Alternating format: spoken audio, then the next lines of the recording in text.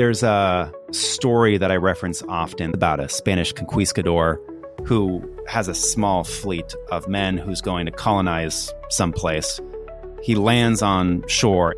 His men are like getting off the ship, and he says, burn the ships. And they're like, but sir, if we burn the ships, how are we going to retreat? And he goes, there is no retreat. Burn the ships. Remove any way that you could fall back to something. When I started this company, I quit my job. I had some life savings. And then I got 10 friends to give me $20,000 each. You talk about burning the ships. There is no going back when your friends' hard-earned capital is in your business. There is no other outcome than success. Welcome to another episode of Outsider Inc. I'm your host, Ian Hathaway. Today's guest is Guillaume de Zwirek, founder and CEO of Artera, a platform making it easier for patients to navigate their care while reducing the burden on staff by unifying communication across text, email, phone, and chat.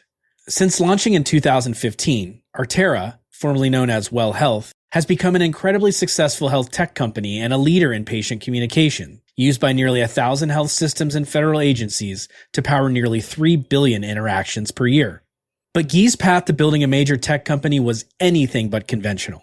He originally trained as a classical guitarist, studied business and music in college, and competed as a world-class Ironman triathlete, even ranking number 1 in his age group at one point. A health scare during one of those races pulled him into the healthcare system as a patient, sparking the idea that would eventually become Artera. In between, he built his career at Google and the data platform Graphiq, gaining a front-row view of how to launch and scale products and how technology can transform entire industries. I'm excited to dig into how he turned personal frustration into a category-defining company, what he learned at Google and Graphiq before making the leap as an entrepreneur, how Santa Barbara became the unlikely headquarters of a breakout success in digital health, and where he sees the future of Artera and health tech heading next. Guy, welcome to the show. That was very kind. Thank you, Ian. Happy to be here. Well, thank you so much for being here. I want to get to the founding of Artera in a little bit, but first I want to start with what feels like a real inciting incident for the company. As I said in the intro, you were a world-class Ironman competitor, but there was one race where things didn't go as planned. You collapsed from a heat stroke, woke up in an ambulance, and suddenly found yourself pulled into the healthcare system, not as a technologist, but as a patient. Now, you said that your experience inside of care was phenomenal, but once you were discharged, you were thrown into this sort of maze of outdated communications. And rather than just grit your teeth and accept it like most people have had to do, you felt compelled to do something. Can you take us back to that experience? What was going through your head and why was it such an impactful experience for you to ultimately go out and solve that for other healthcare patients? There was a period in my life where I thought if I worked hard enough, I could be the best triathlete in the world. There's no way that was ever going to happen, but I think half the battle is believing. You know, Ted Lasso believed that poster at the top of the door that he hits every time. I've just always believed. I was raised to believe I could do anything except become president of the United States because I'm Canadian. Unless there is like a physical limitation or something that comes up that makes it impossible, I walk into every situation with the art of the possible. And I really, really wanted to be the best triathlete in the world. I have no idea why. Maybe it's just the competition. It's really fun. I ran long distance triathlon. I did Ironman. And I just got addicted. Instead of working 100 hours a week, I worked 60 hours and I worked out 40 hours. I had an amazing first race. I was number 2 in my age group at that race. And my goal was I wanted to break 9 hours in the Ironman, which meant I had to run a sub 3-hour marathon after swimming 2.4 miles and biking 112 miles. And my body just couldn't handle it. When I started that marathon, it didn't matter how my body felt. I was going to run at the speed to go sub 3. If that meant collapsing at 20 miles, it meant collapsing at 20 miles. It was win or die trying. And I think if I hadn't started having those issues, maybe a widowmaker was in my future. We never figured out what was wrong with me, but I had a family history of heart issues. And this all made it real for me. I passed out at Ironman, Texas, and I was too stubborn. I was like 104 degrees internal temperature. By the way, they do rectal temperature readings in Ironmans, just so you know. Like, this is not a fun thing. It is not a fun thing. And it's like real doctors at the finish line, and they insisted, not fun. But then I was trying to run a marathon solo to just get that marathon down to like 240 on its own so I could run sub 3. And it was a Santa Barbara marathon. I think at mile 20, I lost my vision. Somebody called the ambulance. And I just asked the guy for an IV bag. And he was like, it's a medical liability if I give you an IV bag. You got to get in the ambulance if you want it. Time has a way of like exaggerating stories. But I remember the EMT saying, I believe you could be at risk of sudden cardiac arrest. I'm not a doctor, but I think you could drop dead. You should go see a specialist. So I saw a cardiologist. I saw an ophthalmologist because of the eye issues. Like, we had no idea what was going on. I stopped racing. I stopped working out. I cut that out of my life cold turkey. And what made it even worse is I'm spending a lot of money. I'm wasting a lot of my time. And the system wants me to talk to everybody on the phone between the hours of 8 to 5. It is like literally the least convenient thing possible. And I just looked at it and I went, this is insane. There's so much opportunity here. Like, I'm going to go join a company that's solving this problem. I started doing some research and there was no company solving this well. Yeah, there's the long story for why I started this thing. It's pretty good motivation, solving the problem that you had for lots of other people. Belief in self, accomplishing the art of the impossible. I feel like we're going to come back to those themes. But if we could, I'd like to rewind a little further back. Growing up, you were training seriously as a classical guitarist, and you were also highly committed to athletics at that time. It's a lot of discipline and competition before you even get to your business career. At home, your mom was a physician. Your dad was a software engineer. So I guess in hindsight, it's a pretty perfect setup for what you're doing today. But other than those experiences, do you ever recall being entrepreneurial? Did you see yourself as someone who was interested in business from a young age?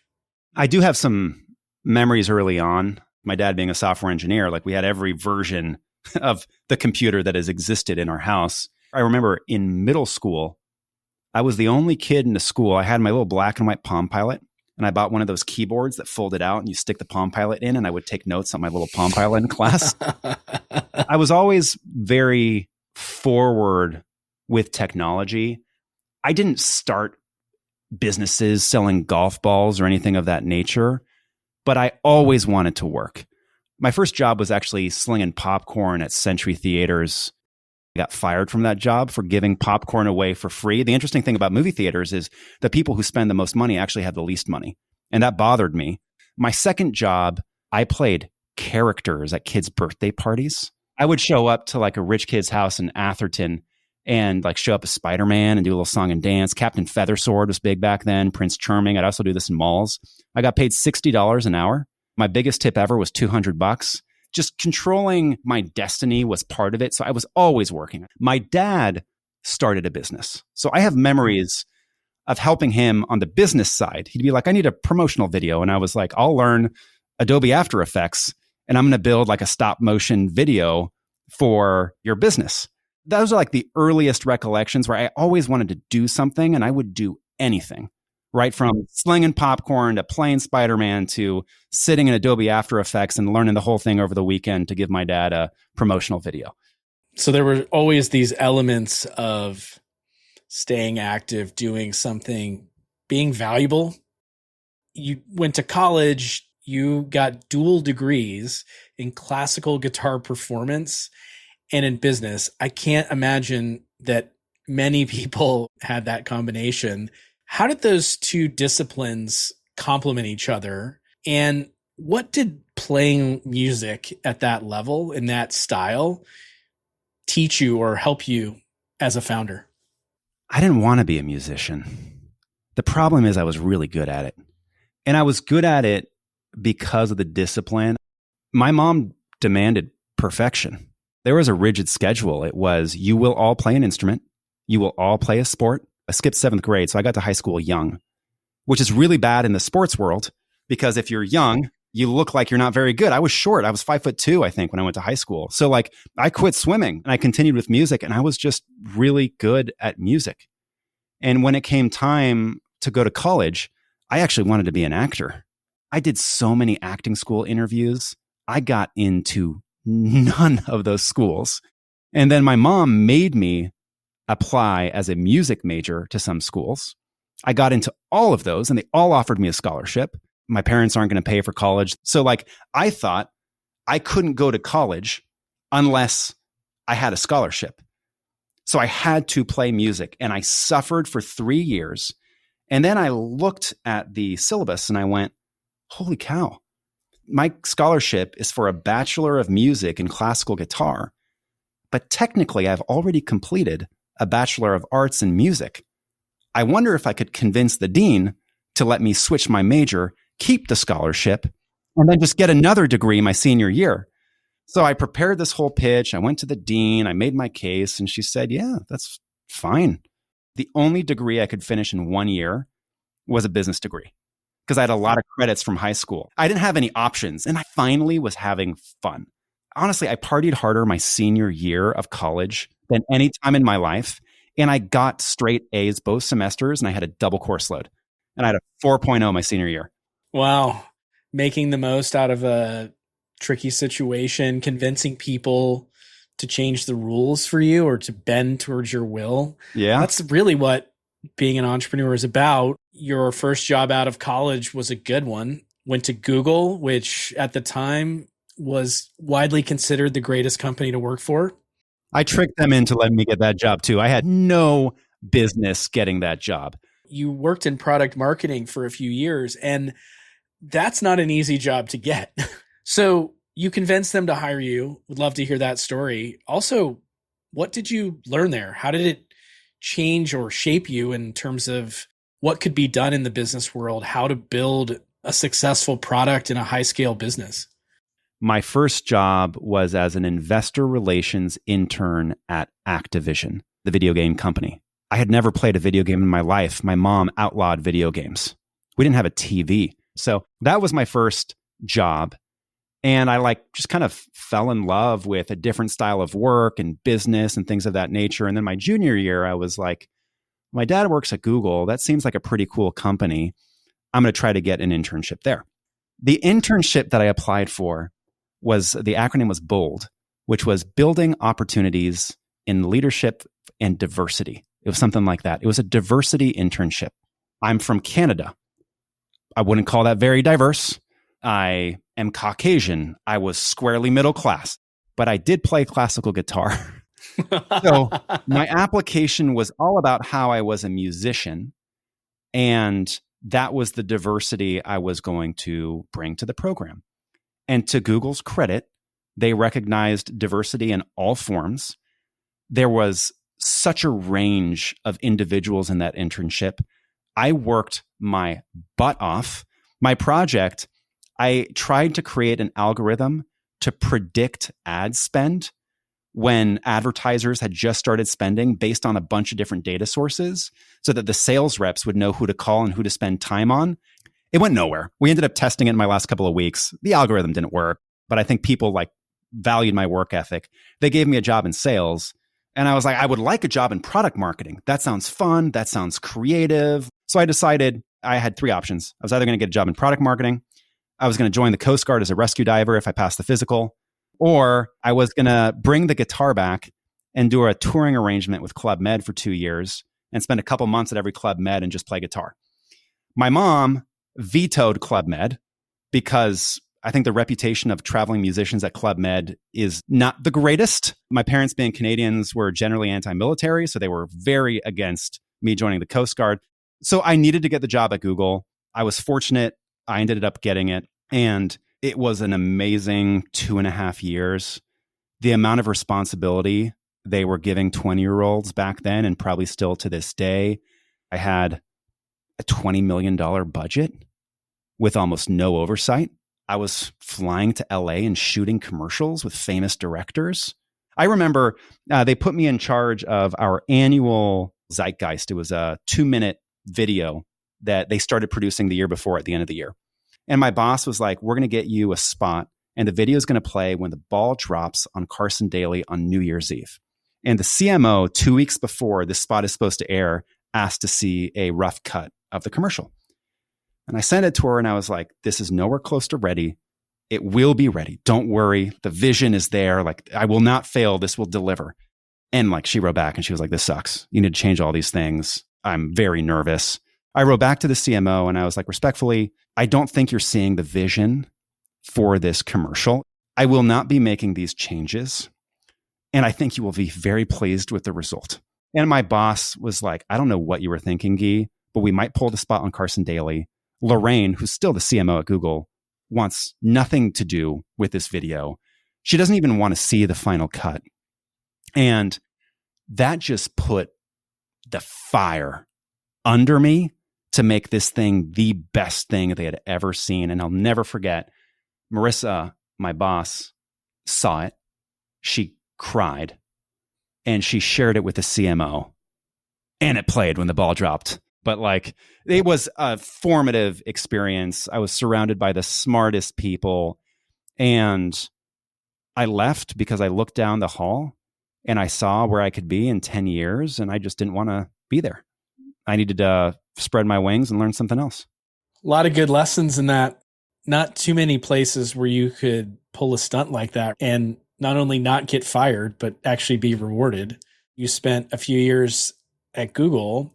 Then you moved to Santa Barbara to join a company called Graphiq, a data aggregation and vertical search platform. Kevin O'Connor was actually a guest on this show earlier, but it wasn't like a really well-known company outside of domains that were relevant to the company. But within Santa Barbara, it's a pretty legendary company, both because Kevin himself is a legend and because of the people that came out of that. But I have to ask, it is an unusual move. Here you are at the center of Silicon Valley, at the top company at that time. You didn't want to stay long-term. You left and you ended up in Santa Barbara at this relatively unknown company, especially early on. So why did you decide to do that? Well, first thing, I left Google to go work for Strava. I thought they were missing some opportunities. So I emailed the CEO and said, I'd like to be a product manager at your company. They had no job openings. I was like, I got a 20 slide deck of things that I think you could go after. Can I come to your office and present? Credit to him. He was like, yeah, come on down. Show me what you got. And they gave me an offer. So I finished out a bunch of projects, worked my butt off at Google for 3 months. The problem with the 3 months notice was that my network knew I was leaving at that point. And I had a buddy from my internship days at Google who said, look, I know you have your dream job, but we need somebody like you at this company in Santa Barbara. It's founded by this guy, Kevin. He's a serial entrepreneur. You would work directly for him. We work our butts off here. It's based in a beautiful place. Will you just come out? I'll fly you out on a Friday. If nothing else, we'll catch up. We'll go out for drinks. It's a great time out here. And I was like, you know what? I haven't seen you in a while. I'll come out, but like, there's zero chance I'm taking this job. He was like, just give me a shot. So my flight was like 4 hours delayed from San Francisco. I almost canceled. I was like, the office is going to be closed. He was like, no, we're still here. I want to say I landed at like 7 or 8 p.m. Kevin was still at the office. And that was green flag number one. I was like, this is pretty cool. Like, it's Friday night, CEO's still here. And I walked in, I was like, whoa, a lot of people are still here. I talked to Kevin. I had a wonderful conversation with him. I also had no business getting that job. It was a 75% pay cut. And that night, I also met a girl. And I made a spreadsheet after going to Santa Barbara. And I was like, here are the things that I like. Here are the things that I don't like. And what tipped the scale was dating life, because I had met this girl. But anybody who knows Santa Barbara knows that the dating pool in Santa Barbara is so much worse than San Francisco. Yeah. So like, my spreadsheet was so biased, but I felt like I needed to think through this logically and not with my heart. It's never been about the money. It was about the experience, the learning. And I always ask myself, what's the worst thing that could happen? I go back to Google. They told me I could come back whenever I wanted. What's the worst thing that could happen? They don't like me here. They fire me. The girl dumps me. Life is short. Chase excitement, chase opportunity, chase learning. That was my mindset. Kevin said he has a very specific type of employee he likes to hire and founders he likes to work with. He's asking, do people find more thrill in victory, or are they more afraid of losing? And he likes that latter group. People who just refuse to lose. I don't know if that statement resonates with you or reflects what it was like at Graphiq, but in general, how was that experience for you? What did you learn? What was it like working with Kevin? I mean, it was everything I wanted at the time. I was empowered to do anything that I wanted.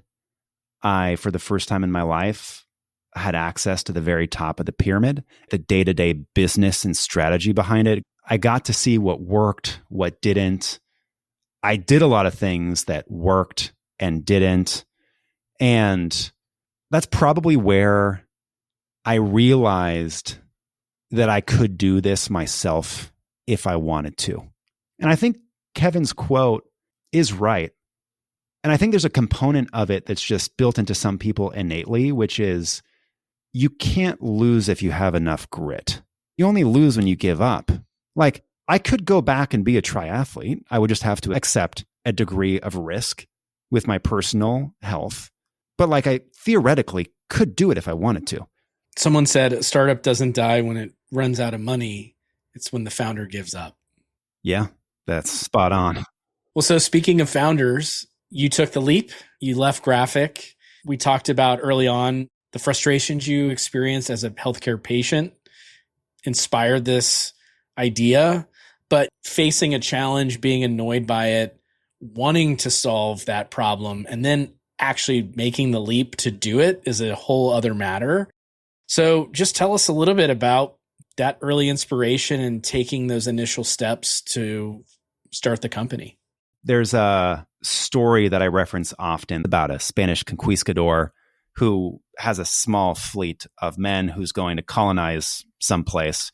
He lands on shore. His men are like getting off the ship, and he says, "Burn the ships." And they're like, "But sir, if we burn the ships, how are we going to retreat?" And he goes, "There is no retreat. Burn the ships. Remove any way that you could fall back to something." When I started this company, I quit my job. I had some life savings. And then I got 10 friends to give me $20,000 each. You talk about burning the ships. There is no going back when your friends' hard-earned capital is in your business. There is no other outcome than success. Like, the ends of the earth that I would go to make them whole. I remember turning to my wife. I was like, I want you to understand that worst case scenario, this is the debt from my business degree. I won't go to business school and I will pay back this $200,000. That was how I approached it from the offset. And it's how I approach a lot of things in business and in life. It makes for a very, very stressful life because you are redlining a lot. Going back to your question, the true story behind founding Artera or Well Health is that I tell it like I was going to solve this communication challenge, but the first iteration of the product was an app for people to communicate with their dietitian. And there was no product, there was a deck. I probably got laughed out of a dozen venture capitalist offices. And the real story underneath that is that I had quit my job, told my wife I was going to start a company, and 2 months in, she goes, "So what have you been doing? Where's your company?" And I think some expletives were said. I slammed the door of the house, grabbed my computer on the way out, sat in the car, stayed up all night, and built the pitch deck for the company. The next morning, I walk into our little studio, and I was like, "You wanted to know where my company is? Here's my company." I had lost my way for a brief moment. I had no money. I was just kind of like living off of her for a couple months. It was funny. She like was that kick to actually commit and do it and burn the ships and make the only option success with the company. Well, credit to her. She called you on your bullshit and got you in gear. So here you are. You're indebted to your friends. You're indebted to yourself. You're indebted to your future wife. But you got a deck. You're up and going. You had some struggles fundraising. Oh, yeah. Obviously, you eventually found success. But what was it like early on, kind of stumbling your way through that? And ultimately, who took the first bet on you? I had a couple hundred no's. I don't really remember the no's. When you've burnt the ships, it doesn't matter what anybody tells you. You have no other choice than to be successful. So you just brush it off and move on to the next person. And when you ran out of those people, I was like, well, now I just got to build the product. So I went to my friends, built a prototype, rented a U-Haul, went to a conference, got people to sign up. I was like, hey, I think this thing might work. And then we were really out of money. And I was like, where else can I find money? My co-founder chipped in. We tried charging our customers. That wasn't working, which is a bad sign. And then we were like, we've never done this before. We could probably learn from an accelerator. And we applied for Y Combinator and Techstars. Y Combinator didn't even respond to our application. Techstars had an actual healthcare accelerator, so there was an angle. This gentleman by the name of Matt Kozlov took an interview with me and my co-founder, Joe, and he just saw something in us, even when everybody else in that program was a hard no on us. And he got a wild card pick. We were it. I was like, I'm going to make this the best wild card pick you've ever made.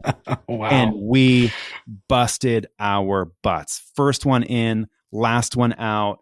I was asking ridiculous things from the team, like, please introduce me to these 200 people. I mean, I didn't know what I was doing, so there were no rules. I did whatever I wanted. I did whatever I thought would work. But do you feel like that served you maybe by being naive? You were actually just plowing forward 100%. Almost from like first principles rather than like, this is how it should be done because you didn't know. 100%. I tried anything that sounded reasonable. When we started trying to sell, I bought a list of CEO names and I just started calling CEOs of hospitals. The assistants all hung up on me. And I was like, okay, well, let's tell them that we integrate with their EMR. So we started saying that and they were like, oh, that's Sally. Sally works with the EMR. I was like, oh my gosh. If we just say the EMR name, they'll hand us over to that tech person. This is perfect. So we started getting handed over to the tech people. And then we convinced somebody to try our product and it worked for them. And then it was wildfire. My first sales hire, I hired off the street. The interview was 2 minutes. What are you interested in? You want to work for me? It's $30K. Does that work? Well, that seems kind of low. Well, that's what I get paid. I think it should be fair. What do you think? Okay, sounds good. There were no rules. He lived in the office. So yeah, it was wild times. We did anything ethical to try to get success and create value in the ecosystem. Social capital, creating goodwill is how things get done. So speaking of investors who believed in you, something you said to me previously was you've never taken the highest valuation in a round, which is not a common belief among many founders. They will say, well, I'm really just looking for the best fit. I want value add, especially early on. But when push comes to shove and that term sheet comes across the table, founders end up with suboptimal investors because someone offered a better price. And maybe that's why they're offering the better price, because they're not as good of a fit. But you've made it a religion for you. And so just tell us a little bit about that and maybe how that served you well. I always thought about taking money and bringing on investors as a marriage. They have certain rights where you're with them, right? Until they kick you out or they cash out. So it's even crazier than a marriage. It's your boss. I've always just wanted to work with people that I respect, who I trust, who I think I can learn from.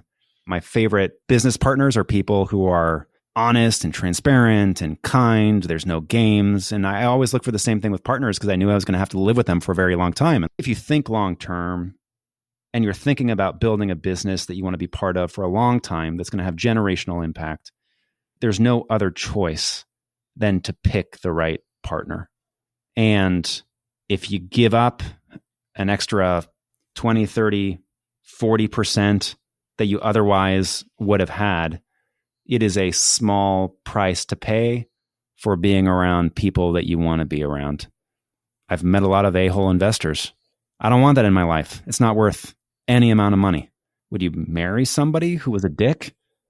Like, is there any amount of money that could convince you to? I mean, for some people, lots of people do. Yeah, for some people it does. Not for me, right? And I like, you know what? I'm happy. I am really happy. I've actually had a really shitty week. I've had like a very hard week, but I am happy. I like my partners. I like my team.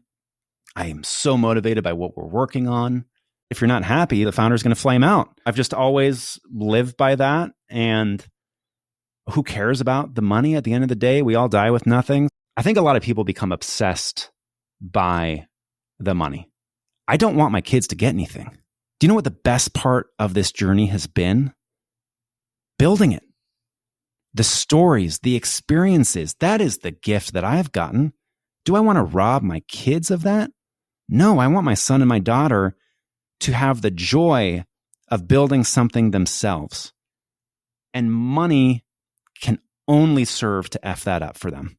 Now, we might talk in 30 years and I'm going to have big regrets around that statement, but that is my philosophy today. That is the biggest thing I've taken out of all of this, which is the experience, the friends, the tribulations. The hardest times are the best times because I learned something. In the end, all we have is our stories. Throughout this journey, you're crisscrossing up and down the coast of California. First, you were in the Bay Area, then in Santa Barbara. You founded Artera, Well Health at the time, in the Bay Area while doing Techstars in LA.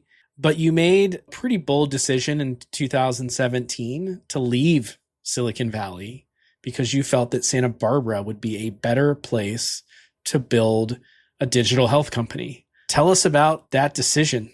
I think this goes back to that theme of burning the ships. My wife was at Google at the time. We had just raised our seed round and we were celebrating her promotion. And I asked her how she liked the Bay Area. And she was pretty honest with me. She was like, I don't really like it here.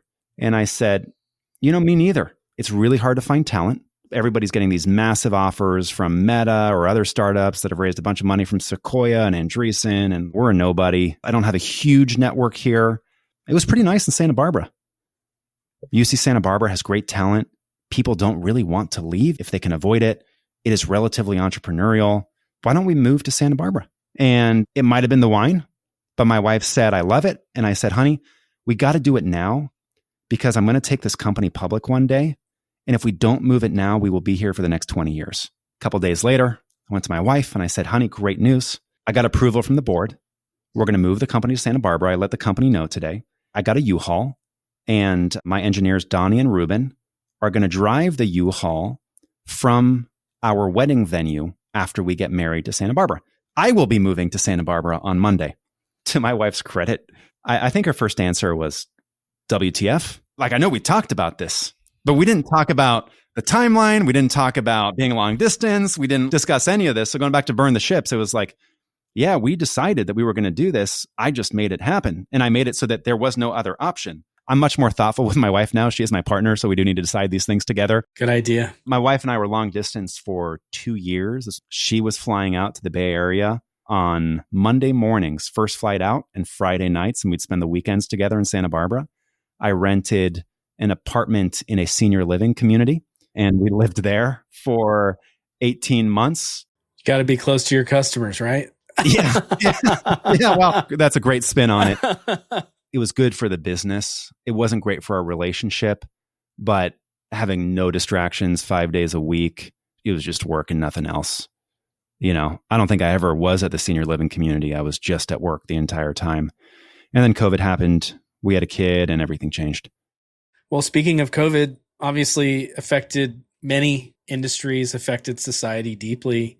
I know it affected Artera in very specific ways. Tell us what it was like responding to that in real time and how it benefited the company over the long run. There was a massive issue when COVID happened with folks not going into the clinic to get preventative treatment. And hospitals and clinics needed to become digital overnight.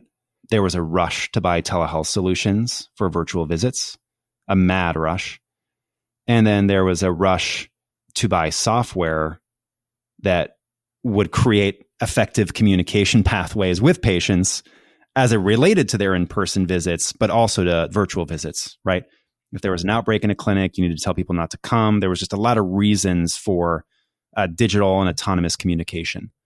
I remember coming back to the team and I was like, everybody needs something, but no one has money and no one has time. So like, can we design a version of our software that we could take live in 2 days at like very, very low cost? And I remember we called it Rapid Release. And we signed up, I don't remember how many customers, but it was like 20 or 30 health systems. It was a total bootleg initiative, but that got us a lot of trust in the community. Almost all those customers converted to paying customers and provided a real impact in vaccine delivery, in urgent clinic communications, in interactions related to telehealth visits that patients needed to show up for. And it was a really rewarding time. It was also a really tough time. Economically, we had been thinking about raising a round. All of a sudden, everything stopped, investment stopped. So then we looked at the business and we were like, we can't rely on outside investment. We need to cut people in the business to make sure we survive. That was really tough. I'll never forget that week. Worst week of my life. I had a 18-month son, newborn daughter. We were living in a 700 square foot house. I had a board meeting. I was firing people and we all had COVID. Lots of lessons learned during that time. You had to go fast, but you had to be capital efficient because we just didn't know what was going to happen. We're facing a similar thing right now in the business. The entire technology landscape is changing. AI feels bigger than mobile, than the internet, and reimbursement is changing. Medicaid's getting pulled. So it's a very, very interesting operating environment right now for healthcare executives. How do you make your business viable for the next decade? How do you anticipate the regulatory shifts? How quickly do you embrace AI, but how do you do it in a way that's safe, both a regulatory standpoint, but also like a patient compliance standpoint? I think I thrive in these very messy, dynamic situations because there's a lot to figure out and there's a lot to learn. So it ends up being a lot of fun. It's been a highly dynamic environment for lots of people the last 5 years or so. I'd say, to put it mildly, on so many fronts. Sounds like you came out of COVID much stronger. The business is doing well. You're serving hundreds, if not thousands, of health systems, federal agencies, processing billions of interactions a year. The company's on all sorts of lists, which is pretty incredible given the humble beginnings, gathering up those 20K checks and pumping your life savings into the business. But knowing how competitive you are, I'm sure those goalposts are moving all the time. You mentioned some of the challenges you're facing today. Where do you want to take things from here? There is always a challenge. We always need to up level. The past 2 years have been tough for the business. The 800-pound gorilla in our space decided to compete directly with us, and that was a huge percentage of our revenue, and we've had to diversify. We saw it coming, but it doesn't change the complexity that it adds to the business. Diversification became very important. When interest rates started going up, our buyers started wanting to buy more from fewer vendors, and we didn't anticipate that shift as early as I think we could have. And we weren't in a team position to be able to build those products ourselves. We have fixed both of those problems. I think the future is very bright for us, but it has been very painful and very stressful. But it has made us so much stronger. We launched an agentic AI product earlier this year. It is the best agentic AI solution in healthcare right now. We would not have been able to build this product 3 years ago. Our team was not operating in the right way to be able to deliver this in an agile fashion at the quality level that we needed, at the stability level that we needed. And we had to change a lot of things to make that possible. And we're going to have to build 2 or 3 more products over the next year. And we are measuring success in months now. I believe the future is AI native. What engineers are able to do now with GitHub Copilot or Claude Code is incredible. Those technologies are creating 10x engineers just with the technology itself. When you think about agentic AI, when you think about the patient experience, the things that I struggled with, they all become one. You need to fill out a form. You need to pay a bill. You need to reschedule a visit. You have some questions about your cast that was put on a few weeks ago. All of those can be handled in a phone or text or RCS interaction. And you never have to log into 4 different applications. So we've had to diversify the business in terms of product set, in terms of markets that we're going after. And most recently, we've really had to change the way we think about the team and our culture. The fundraising environment wasn't great. We weren't the first in AI, and I'm glad we weren't because the technology has changed so much. But those companies raised a lot of capital at very, very high valuations. And we were kind of sitting in limbo for 6 or 8 months where we were like, we're a scaled company. Should we operate this for EBITDA and sell out? Or do we see the sparks of growth and are we ready to recommit and go back to aggressive growth, change the world mindset? And what was the choice? Oh, the second every way. But there was a period, right, when you think about those headwinds, when you think about the competition, the interest rates, the bundling, the way the team is structured, where you really spend some time looking in the mirror going, can we do this? There is self-doubt that no one talks about. I know that you are a hands-on CEO. I know you like to be involved with the details, especially as the company, as technology, as software is going through these changes. Big moments require leadership. So how would you describe yourself as a leader? And how do you think about the importance of being involved as a CEO in the details? Even at a company, you've reached scale, but you're still involved. How should people think about balancing those things? I am in the details for sure. To me, the greatest sign of weakness in an executive that works for me is if I know more than them. And I try to know a lot about each of the individual functions. I have an executive that works for me who did not work for me a year ago. I saw a lot of potential in this person, and I decided to put them into a role that they'd never been in before. You see the leadership qualities, had worked at big companies, I knew would be good in this space. But 2 months in, I had a really stern conversation with them. And I said, look, sometimes people ask you about how our federal projects are going, and you don't know the answers, and I know them. I said, I cannot know more than you about this space. You're not deep enough in the tactics, and you're not spending enough time in strategy, and we have to completely rejigger the way you work. I need you understanding the nuances of what your team is working on and the nuances of where you need to be so that you can guide the company and your business unit to where it needs to be in 3 years. And credit to her, it was an instant pivot.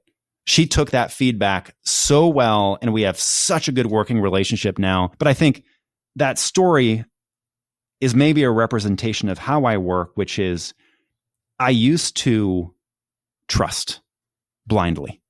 That was my leadership style early because I just assumed everyone was like me. I got bit a few times. And there are folks who have worked at big companies who, when you trust blindly, they go out and hire a litany of lieutenants under them. And if those lieutenants aren't very capable, you end up with a bunch of layers, no one who actually knows what's going on, and you just go slower because there's too much process and bureaucracy in place. And my style now is lead with trust, but verify quickly and deeply.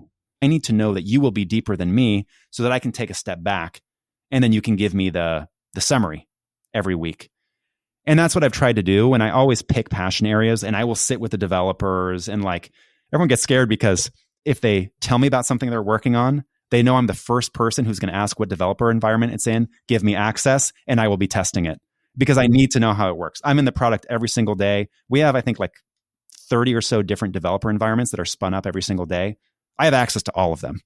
And sometimes I just log in to see what's new, not because I want to micromanage it, just because I need to understand so that I can set the right strategy for the business and align the company cross-functionally with that work that's going on. So I don't know what sort of leadership style that is. I don't even know if it's a good leadership style. It makes my job a lot of fun. But it's your leadership style. I guess, yeah. I feel like you and I have that same way of approaching managing a business, but everyone has their own style. You hinted a little bit to your evolution as a leader. You've been at this a decade. Companies change as a result of the leaders, but also the leaders change. How have you evolved as a person by being CEO of Artera for a decade? You have kids, Ian, right? Little people, little problems. Big people, big problems. You can't take a 2-year-old and turn them into an adult overnight. They wouldn't be able to cope. It's the same thing with a business. I was a child when I started this thing. My big problems back then were little. My big problems now are also little, but they would have been freaking gigantic back in the day. The things that I have to deal with on a daily basis, I have had to build up scar tissue to be able to deal with them. When I fired my first executive, I didn't sleep for 2 weeks. Do I feel remorse today? Sure. But I feel it for 1 minute. And it's kind of callous. Like my wife has pointed out to me, like, you are a less empathetic person now than you were 10 years ago. And I literally think it's scar tissue, but I would not be able to do my job without that scar tissue. I think that's like the fundamental shift that has happened under the scenes. A lot of lessons have been learned along the way. You know, one thing that I did poorly was I used to try to be everything to everybody, and I want to make everybody happy. People were like, you need to stop, because somebody would tell me something, I'd be like, yes, that makes a lot of sense. And somebody would give me another perspective in a one-on-one, and I would change my mind because they were also right. They're like, you need to just pick a point of view and stick to it. And that has been a big lesson. I've deliberately tried to do that more. You know, that adage, the best choice you can make is the right decision. The second best choice you can make is the wrong decision. The worst choice you can make is no decision. I was sitting in no decision paralysis for a long time, and I think that hurt the business. I think about empathy as having an ability to understand or relate to someone's feelings or point of view. So maybe it's not that you lack empathy. Maybe it's that you are unwilling to be held hostage by preventing the pain and suffering of other people in terms of running the business. I don't want to gloss past this point because there's a list of things where things can go wrong, but one of them is a founder who's afraid to hurt people's feelings, a founder who struggles with the personal loyalty, and even more than loyalty to the business, it's a fiduciary responsibility. They're different things. And so not everyone can make that evolution, but it sounds like you did. If I hadn't burnt the ships, I wouldn't have felt that responsibility in the same way. My co-founder and I parted ways early on. It was painful. I might not have made it if I had 200 grand, Matt Kozlov, and all these people that I needed to succeed for. I might have let the relationship, my love for this guy, mask what needed to be done for the health of the business. I really think that is what started that rolling ball of gradually building stress tolerance and being able to your point, turn that empathy on and off very quickly like a switch and not let it affect my life. You can't be a slave to your feelings. You will wallow in misery. Like, this is not for the faint of heart. I can definitely relate to that. And I think this is a really strong way for us to wrap. But I've got one kind of big final question for you. With Artera, you've done this 120 miles of cycling. You've swam your 2 miles, and now you still got a marathon to go. You're not in this to raise money or to pump up valuations or even to get to a quick exit. You're here to build something durable and lasting that helps people and changes the way that healthcare organizations engage with their customers. Flashing forward, I don't know, another 10 years, what do you hope that you're able to accomplish? I hope that when anybody reflects on their experience engaging with a healthcare provider, it is incredible. I think care should be at your fingertips. The phone should get answered on first ring. If you need something, it should get done right away. We shouldn't be constrained by capacity.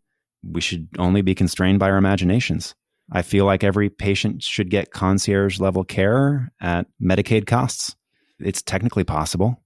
It's operationally challenging, but God, would that feel good to be able to deliver that. I would love for that vision to come true. Having been interacting with the healthcare system lately, we've got a long way to go.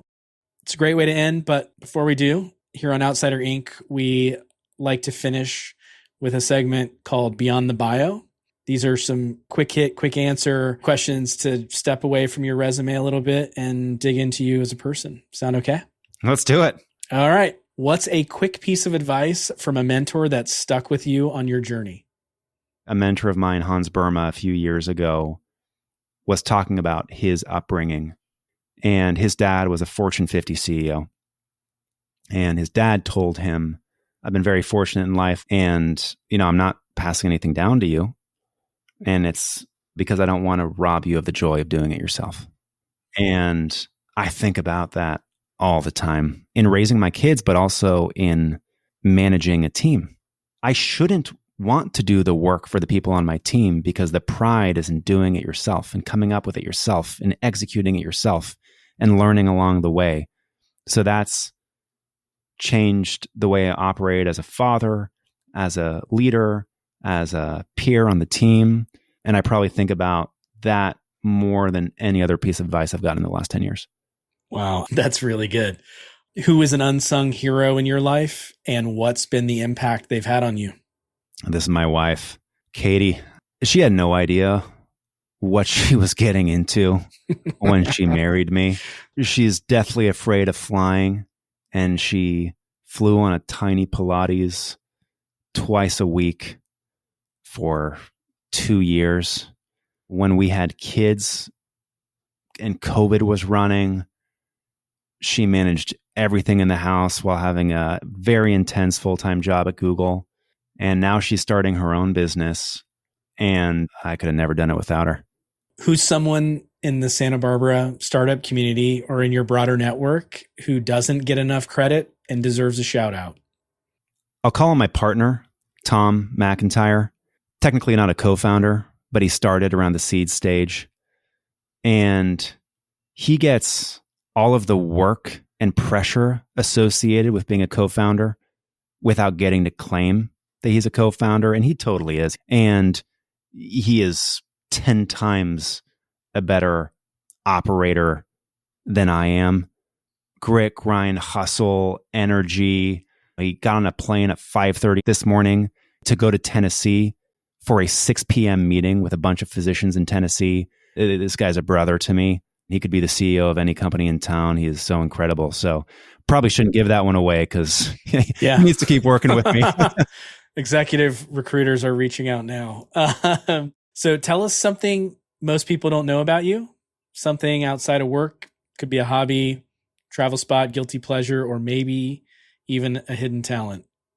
I could beatbox and sing at the same time. I learned in high school, there's a famous beatboxer named Razel, Rhazel, who did this rendition of If Your Mother Only Knew. And I used to do that all the time in high school. Oh, and I'll give you one other one. I rap in the car with my kids every day. And my kids have started doing it. And I'm a really, really horrible rapper. But like in an alternate universe, I would have like a nerdy tech rap career. And I'm really bad. But every morning, like they'll be listening to Frozen and I'll start dropping a beat on Frozen. And my kids are like, stop, Dad, stop. Well, that's a great segue to my next question, which is, what are one or two songs you'd like to add to our Spotify Founders playlist? Ooh. Something that fuels your workday or has inspired you on your journey? I really like Black Friday by Lost Frequencies with Tom Odell. Great song. I'm a big Tropical House guy. And then my favorite reggae song is World on Fire, the remix version with Stick Figure and Slightly Stupid. That is an entrepreneurial song. And the chorus goes, who set the world on fire?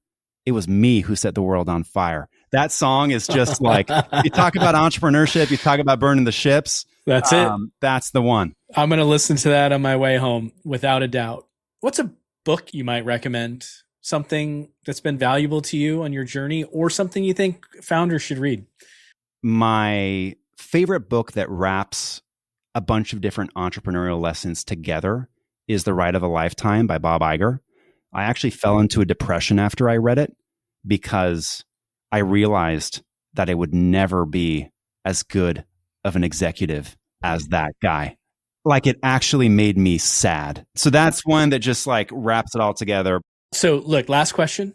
If you could give one piece of advice to someone who's about to start their first company today, what would it be? Do it. You got nothing to lose. Or maybe if you feel like you have something to lose, think about what the worst thing that could happen is. That's what always got me out of those ruts. There's one time in my life where I really wanted to quit, and I called my dad, and I actually told him I was booking a one-way flight to Fiji. That was like my worst case scenario. I was like, I could go to Fiji, buy a guitar, and play at a beach club and probably survive. What is the worst that could happen? Now, I have 2 kids now, so the worst that could happen is a little bit more intense. Right? Yeah. I want to recognize that depending on where you are in life, the worst that could happen could be a little bit more severe than mine was. But what's your fallback? If you're somebody who's thinking about starting a company, you're probably a really capable person who a lot of people want to employ. So what's the worst that could happen is probably somebody giving you a job. There are probably a lot of people that want to give you a job.